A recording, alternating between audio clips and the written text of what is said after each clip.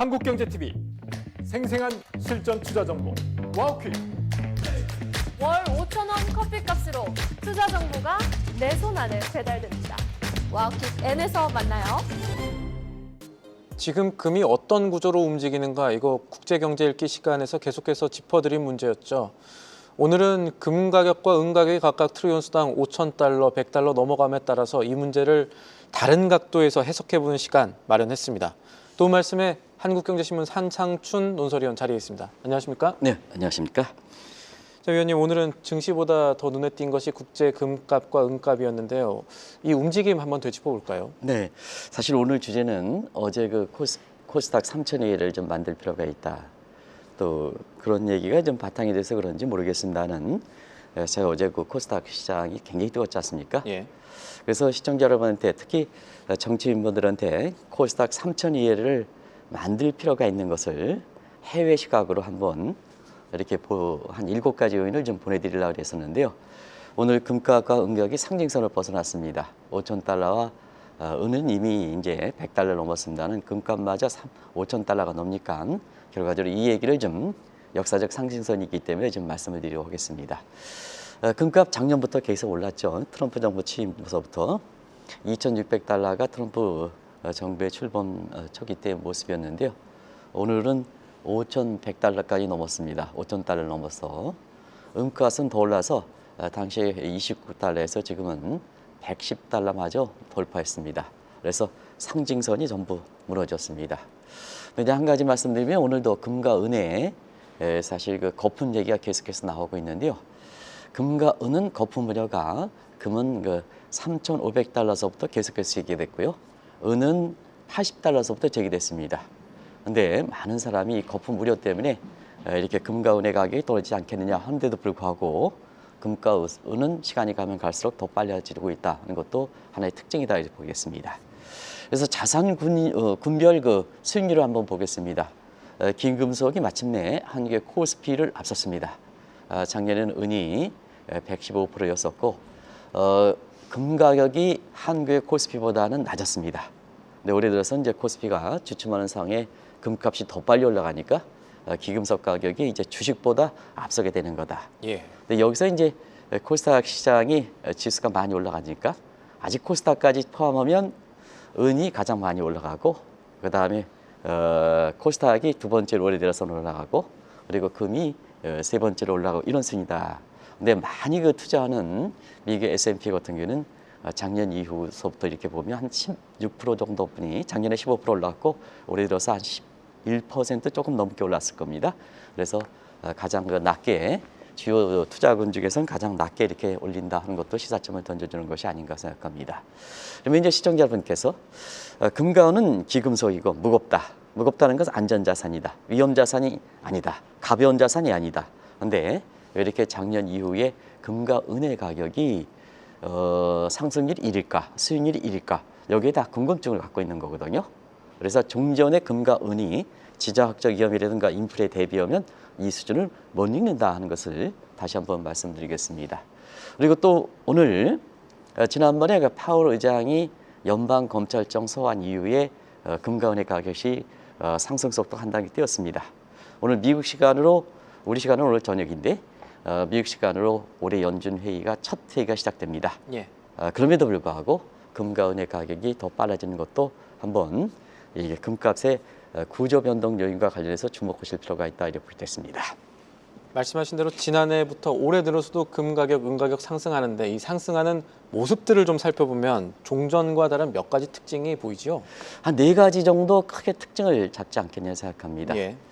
이 하루의 금값을 이렇게 올라가는 모습을 지정학적 위험과 인위적으로 대비시켜 보면 지정학적 위험이 오르내리락 이렇게 할 때마다 금값을 얘기하는 시각이 많습니다. 그런데 금값의 구조 변화를 될 때에는 작년 이후서부터 우리가 종전의 지정학적 위험에 대한 회피 수단이다, 인플레에 대한 회피 수단이다 해서 그거가 같이 구조적으로 좀 보실 필요가 있지 않냐 생각합니다. 하루하루 모습 보면 지정학적 위험이 높아졌을 때 좀 내렸을 때 근데 굳이 그런 거 관계없이 그 금값이 움직이는 모습이 되거든요. 그래서 좀 길게 세계 지정학적 지수, 이건 지오 폴리티컬 인덱스라고 이렇게 산출합니다. 이건 공식적으로 글로벌 인베스트뱅크들이 산출합니다. 그리고 귀금속 가격 지수는 뭐 연일 나오죠. 그래서 가격 지수 인덱스 간의 상관계수를 보면 지금은 상관계수가 오히려 거꾸로 떨어지고 있습니다. 이건 추세적으로 1년 단위로 이렇게 본다면 지정학적 위험이 결과적으로 보면 많은 사람이 귀금속 가격 상승 요인을 얘기할 때 그렇게 큰 요인이 안 된다 이렇게 보시면 되겠습니다. 그리고 최근에 미개 물가는 상당히 안정돼 있습니다. 우리나라도 물가가 상당히 안정돼 있습니다. 이 물가가 안정돼 있는 것은 지금 거의 다 전 세계의 모습입니다. 그래서 세계 물가 지수와 귀금속 간의 상관계수를 보면 이것도 좀 네거티브로 나옵니다. 그러면 인플레 해칭 수단으로 이렇게 귀금속이 종전 것처럼 가격이 올라간다. 이게 아니란 얘기입니다. 이게 두 번째 특징이다. 그리고 안전자산인 금과 그다음 위험자산인 안정자산인 금과 위험자산인 주식과 여기 이제 귀금속이 좀 오타가 났습니다. 주식 간의 동반 상승되는 모습도 하나의 특징이다 이렇게 보겠습니다. 그래서 안정자산인 귀금속과 위험자산인 주식 간에 이렇게 동반 상승하는 관계인데요. 이걸 좀 제가 좀 방송 직전에 좀 고치려고 하다가 여러 가지 좀 사정이 안 돼서 이렇게 귀금속을 우리 서 PD께서 좀 귀금속을 주식으로 좀 고쳐주시기 바랍니다. 아까 좀 작가랑 좀 통화가 안 돼가지고 뒤늦게 제가 해서 제 책임입니다. 그래서 좀 통화가 안 됐는데요. 혹시나 시청자 여러분 다시 한번 자막을 보겠습니다. 안정자산인 금가, 위험자산인 주식과 동반 상승하는 거다. 이렇게 이제 보시면 되겠습니다. 결과적으로 귀금속 가격과 S&P 지수 상관계수가 플러스 0.7 정도 나옵니다. 상황이 높네요. 네. 네, 오늘도 이제 그렇게 됐죠. 이제 고쳤습니다. 그래서 오늘도 미국의 주식 가격은 올라갔었는데 삼재 지수가 결과적으로 보면 귀금속가도 강하게 올라가는 모습을 보인다 이렇게 됐습니다. 이게 세 번째 특징이다. 그래서 안정자산과 위험자산의 경계선이 이렇게 무너졌다. 그래서 안정자산과 위험자산의 반비례 관계가 무너졌다 이렇게 보시면 되겠습니다. 중요한 부분 짚으셨고요. 2011년 셧다운 종료에는 금과 은의 가격이 폭락을 했습니다. 그때 당시에 금값이 1,900달러에다가 1,100달러까지 무너졌습니다. 그런데 작년에도 지적했습니다는 2015년 셧다운 종료, 작년 12월 15일 정도 겁니다. 셧다운 종료 이후에도 과거 2011년에 프레시 크래시, 셧다운 종료 이후에 프레시 크래시 된 모습과 달리 스카이 로켓팅 되고 있습니다. 정말 진짜 스카이 로켓팅 되고 있습니다. 이런 네 가지 특징을 갖고 있습니다. 이런 네 가지 특징과 결부되지 않고 금과 은의 가격이 단순히 뭐 이란 사태, 뭐 그린란드 사태 이렇게 얘기하다간 사실 지금의 왜 이렇게 작년 이후에 지속적으로 금값과 은의 가격이 상승할까 하는 이 요인에서 이런 네 가지 특징을 볼 수가 있다 이렇게 보겠습니다.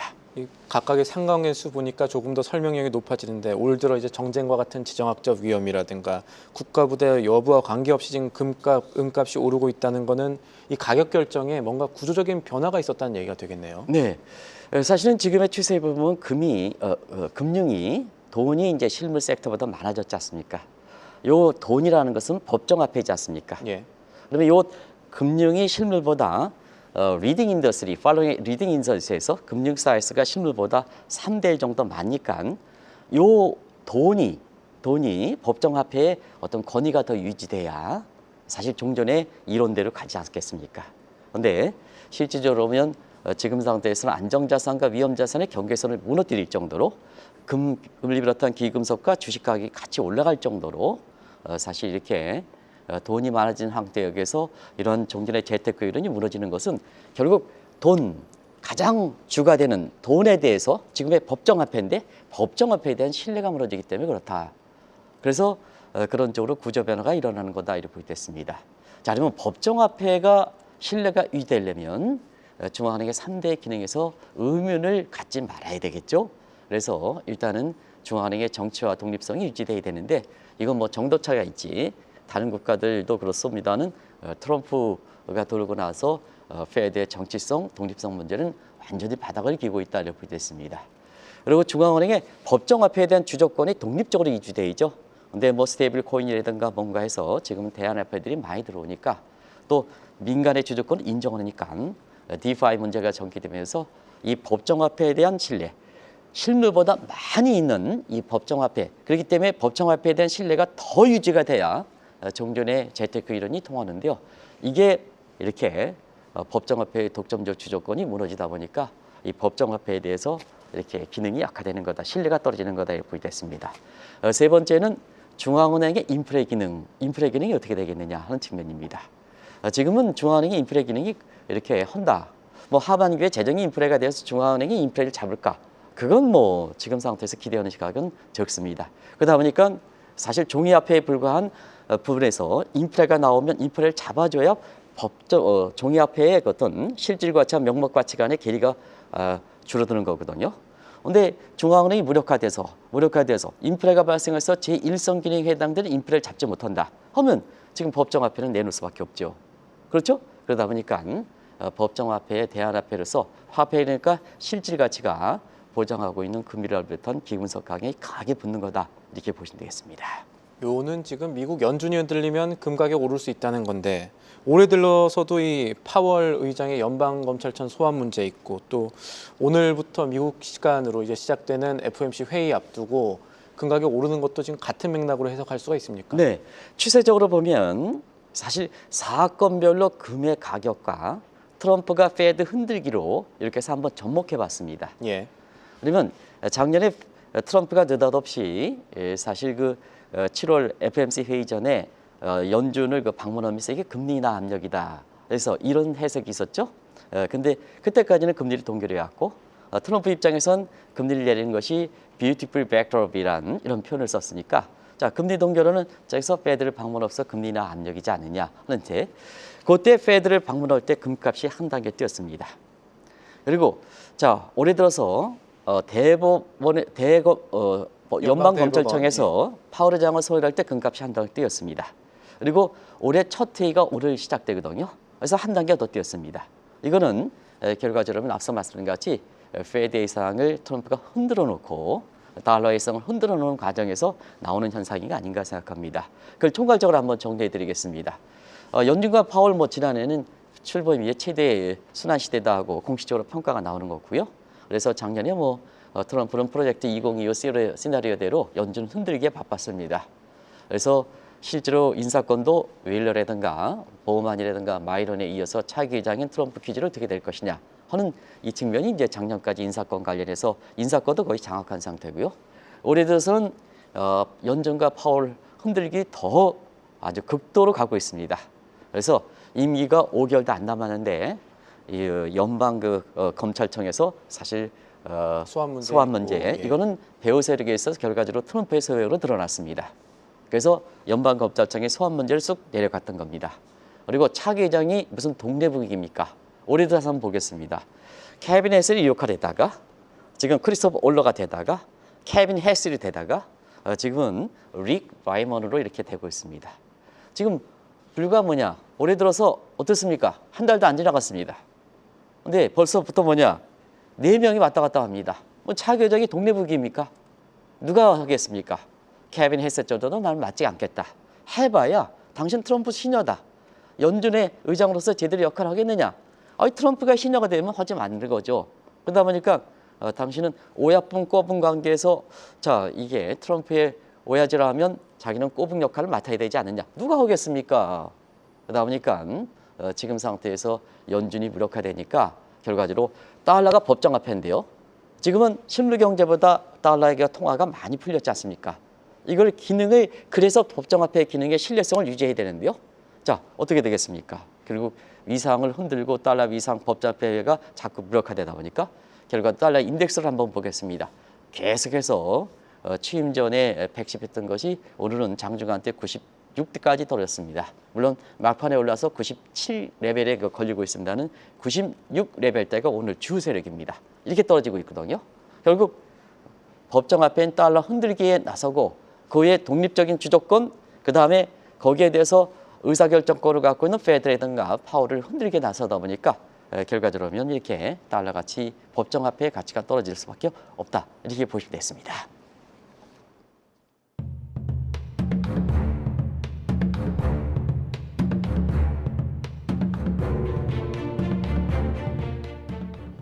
이 달러의 힘과 관련해서 앞으로 이 탈법정 화폐, 디베이스먼트 트레이드는 조금 더 많아지고 강해질 것으로 이야기가 되고 있는데요.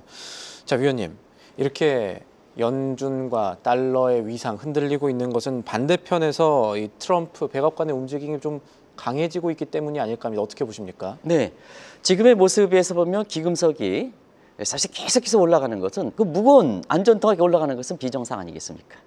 비정상이면 정상을 돌려야 되려면 예. 그 원인을 제공하고 있는 트럼프가 제정신을 차려서 사실 달러 위상이라든가 페드 위상을 좀 지켜줘야죠. 그런데 지금 이것이 비정상 상태를 정상화를 할 만큼 트럼프가 사익보다는 국익을 중시하고 진짜 미국의 국익을 중시할 것이냐.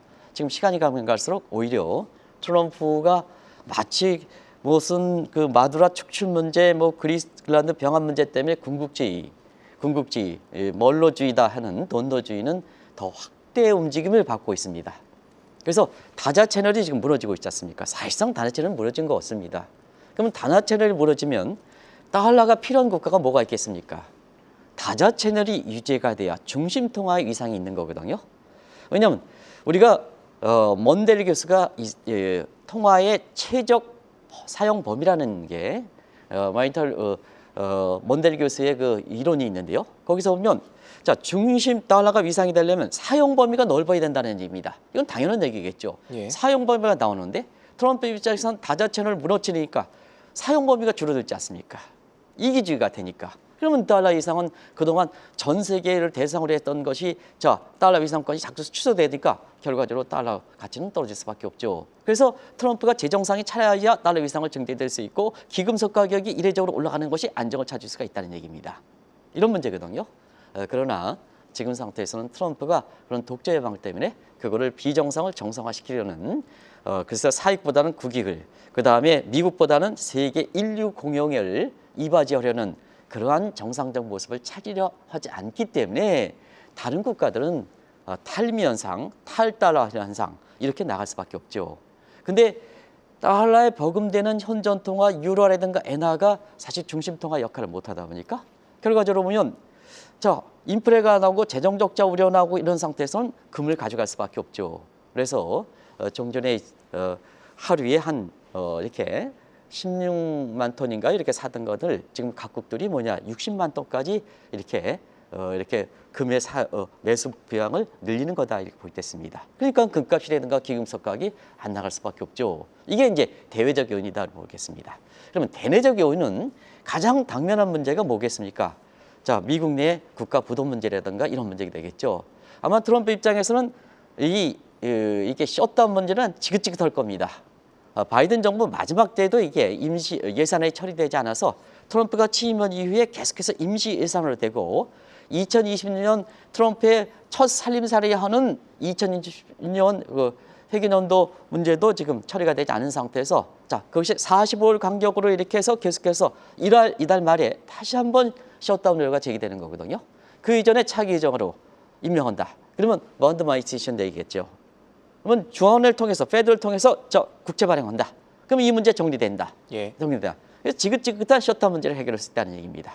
그러면 금리를 또 내리고 그러면 이렇게 국가 부도에 있는 원리금 상환 부담도 줄일 수가 있고 그다음에 세계 중앙은행 구성하면 미국의 이렇게 그 국채 문제를 다른 국가에 전가시킬 수 있고 그렇지 않습니까? 그러다 보니까 결과도 본드 마니티제이션이라는 것은 재정을 중앙은행을 지배한다는 얘기입니다. 재무부가 지정한다. 이게 피스칼 도미넌스 재정 지배라는 표제입니다. 그러면 케너스 로커펑크스 미 하버드 교수는 재정 지배에서 트럼프가 페드 의장을 그다음에 미 재무부가 페드를 지배할 때는 결과적으로 달러 가치가 폭락할 것이다 해서 최근에 유행하고 있는 케너스 로커펑크스의 달러 폭락론의 핵심적인 골자다. 이게 전미 이렇게 경제학회 올해 초에 열렸었던 전미 경제에서 최대 화두가 됐던 거다. 그런 상황이 지금 달러 가치가 떨어지는 상황이 전개되고 있는 거다. 그 반면에 달러 가치가 제 역할을 못하니까 기금속 가격이 이렇게 중앙은행에 문제가 있을 때마다 계속해서 올라가는 거다. 이렇게 보시면 되겠습니다. 유력한 이 노벨 경제학상 후보로 계속 올랐던 로우프 교수가 이 재정 재배로 이 달러 가치가 조금 문제가 생길 수 있다. 폭망론 나온다라고 하셨는데 그런 시각에서 트럼프 대통령이 지금은 연준을 흔들고 있지만 반면에 결국은 연준에 의해서 트럼프가 힘을 잃을 수 있다라는 시각도 나오고 있다고요. 네. 올해 그 보면 많은 사람이 외환위기, 금융위기 하지만 돈 많습니다. 예. 외환위기, 금융위기 아니고 올해는 문제가 되는 것이 피스컬 크라이시스, 재정위기다 이렇게 보이됐습니다. 많은 사람들은 이제 위기하면 우리 사례를 빌어서 또 과거 서프라임 사태라든가 리먼 사태 금융위기다 이렇게 생각하는데요. 올해는 뭐냐? 재정위기가 문제된다. 근데 재정위기가 발 때는 피스컬 도미넌스, 재정 지배의 문제다 이렇게 보게 되겠습니다. 권력력이 강한 사람이 돈을 갖고 있는 데를 지배한다는 얘기입니다. 그 견제 기능인 의회라든가 경제에서 견제 기능인 이렇게 페드도 중앙은행도 이렇게 자기 손아귀에 넣는다는 얘기입니다. 결과적으로 이렇게 재정 지배의 궁극적 모습은 어떻게 될까? 결과적으로 케네스 로프께서는 자, 금리위기가 아니라 재정위기로 피스컬 크라이시스 문제로 봉착이 된다. 해서 케네스 로프의 하버드 교수가 재정위기의 4단계를 한번 트럼프 입장에서 보겠습니다. 첫 단계, 재정이 불안하다. 지금 미국이 재정이 불안합니다. 금리가 높다. 국채금리는 올라가고 있습니다. 미국, 일본도 그렇고 다 올라갑니다. 정치가 마비된다. 뭐 정치가 지금은 레드 스윈 문제 때문에 마비되고 있죠. 그리고 충격이 지금 점점 다가오고 있지 않습니까? 예. 그런데 트럼프가 제대로 된 사람이면 비정상을 정상으로 찾아가야 되는데요. 트럼프는 뭐냐? 이게 비정상인데도 불구하고 더 자기 자신이 뭐가 이루어지는 것처럼 더 이렇게 아주 함몰에 빠지고 있죠. 아주 트럼프의 아주 정확하게 4단계를 정확하게 보여주지 않습니까? 결과적으로 재정위기 된다. 그러면 달러 가치가 폭락하겠죠. 미국의 국익도 떨어지겠죠. 막아도 구상되지 않겠죠. 그래서 결국 트럼프는 결국은 연준을 흔들고 달러 위상을 흔들다 보니까 결과적으로 보면 재정위기에 봉착되면서 달러 가치가 폭락하고 막아 달성도 어려워지기 때문에 결국 페드라든가 중립성과 독립성이 있는 그 다음에 중심통화인 달러 위상을 당신이 흔들므로써 당신은 결국 망해 된다. 이런 얘기는 많은 시사점을 던져주는 게 아닌가 하는 생각이 듭니다. 그리고 2차 세계대 믿었던 통화가 뭡니까? 달러지 않습니까? 그리고 믿었던 자산이 국채지 않습니까? 미국의 국채. 이게 무너지다 보니까 지금 현존 통화로서는 뭐가 있습니까? 달러에 버금될 수가 없죠. 국채에 버금될 수 있는 각국의 국채는 없죠. 그러다 보니까 기금속 가격이 올라가는 거다. 이렇게 보시면 됐습니다.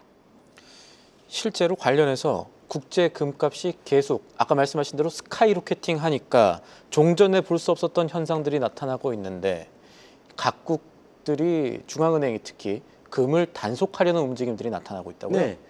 그동안 이제 돈을 벌면 기업이 뭐 이렇게 해서 돈 벌면 개인이 돌면 가장 국부의 수단으로서 그리고 달러를 이렇게 했었죠. 예. 미국의 국채를 많이 보였었죠.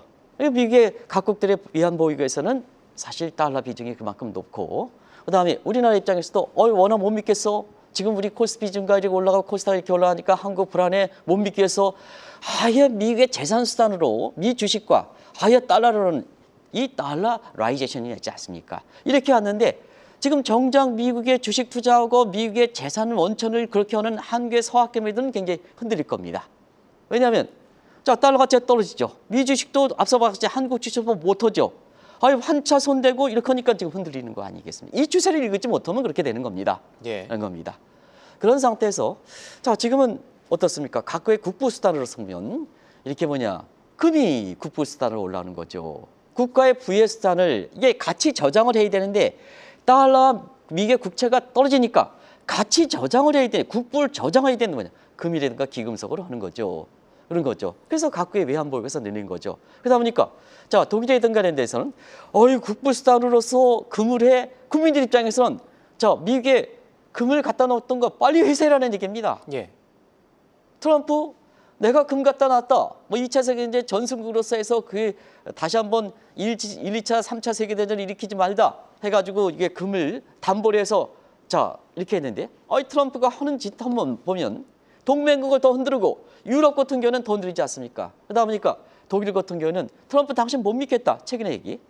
그다음에 프랑스라든가 이런 데는 유럽, 중국으로 다 가지 않습니까? 그랬습니까? 트럼프 입장에서 어떻게 얘기했습니까? 금을 회수해가? 지금 트럼프 입장에서는 궁지에 몰릴 때는 국제법 어기고 결과적으로 미국 내에 있는 이렇게 금이라든가 경우에 따라서는 주식에서 셀레메리카 되면 결국 동결하는 이런 조치가 금에 관련해서는 독일의 금 회수 움직임이니까 동결하려는 이런 움직임이 벌써부터 나타나고 있지 않습니까? 일부 공화당 의원을 중심으로 해서 작년부터 독일의 금 회수 문제가 됐을 때 이 문제가 거론됐거든요. 근데 올해는 뭐냐? 금속 가격이 더 많이 올라갔지 않습니까? 그러니까 독일의 국민 입장에서는 왜 우리 금을 미국 내 갖고 있는데 왜 갖다 갖고 있느냐? 빨리 회수해줘야 되잖아요. 정치권 요구하지 않습니까? 그럼 정치권에서는 받아들일 수밖에 없지 않습니까? 그러면 미국 내에서 보면 자, 금을 독일이 회수해가 동결 조치. 자, 동결을 왜 갈 것이냐? 예산안과 관련해서 지금부터 말씀드리겠습니다. 알겠습니다. 이 부분이 좀 재밌는 부분일 수도 있는데 원래 우리 자산을 가져갈 수 있어야 되는데 막는다는 거는 여러 가지 가능성이 있겠죠. 실제로 지금 그만큼 없을 수도 있고 아니면 지금 미국의 상황이 다를 수도 있고 어떤 부분들 생각해 봐야 되는 겁니까? 네, 지금의 그린란드 문제죠. 베네수엘라 문제죠. 자, 내가 군사력을 투입해서 베네수엘라 국민들을 해방시켰다는 얘기입니다.